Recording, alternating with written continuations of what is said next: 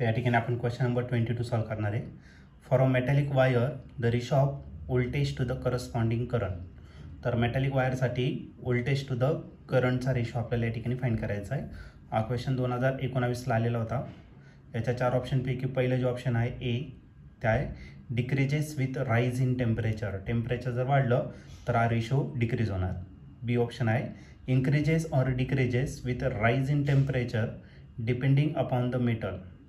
Okay. C option आहे is independent of temperature.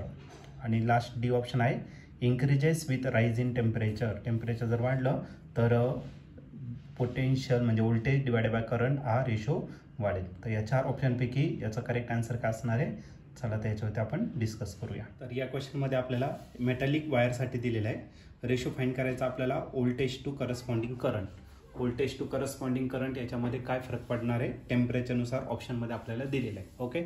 According to Ohm's law V is equal to आपल्याला काय भेटणार तर V is equal to I R. Okay.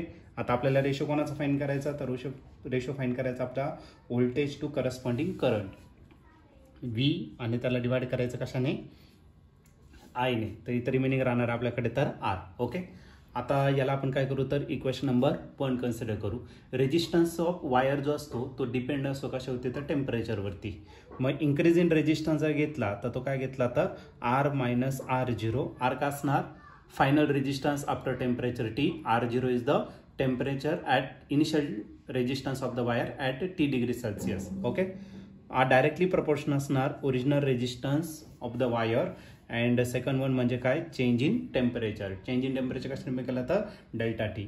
आज जर तुम्ही कॅन्सल केला आर मायनस R0 आज जर कॅन्सल केलं तुम्हाला गेलं प्रपोर्शनॅलिटी कॉन्स्टंट. तो कॉन्स्टंट काय घेतला अल्फा आणि या अल्फालाच म्हटलं जातं where alpha is temperature coefficient of resistance. Temperature